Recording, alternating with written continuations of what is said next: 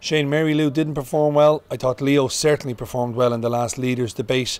And for his party, this next 72 hours is going to be absolutely crucial. Can they, A, attack Sinn Féin to try and get some of their voters?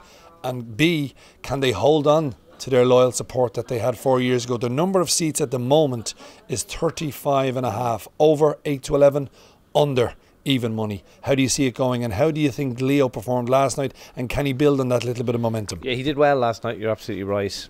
My fear for Fine Gael and Frío Varadkar is it's too little too late, and I don't think they've had a terrible campaign. I think it's maybe been a little bit flat in times, but I just think they're like the team playing against the Gale Force wind, and they just cannot get up the pitch. They can't get out of their own box. They've had a couple of dodgy own goals that they could have avoided as well, but they're just struggling to get out of their own box.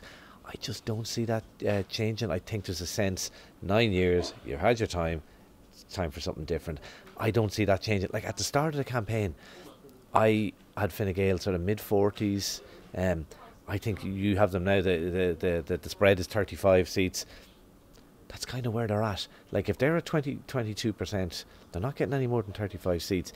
And you look around the constituencies, there was places like Clare where I was giving them 2 seats, Carlow Kilkenny where they might have been getting 2 seats, Dunleary where they might have been getting 2 seats. That's not happening anywhere. And then there's a whole load of seats like ministers whose seats are in play. We're here in Dublin Central. I'm not saying Pascal Donoghue will be beaten, but his seat is not as safe as it was 2 weeks ago. Up the road, up the M1, Regina Doherty, her seat looks incredibly vulnerable to Fine Gael. So 35 seats looks about right to me at the moment. I don't see a huge change in that unless something extraordinary happens.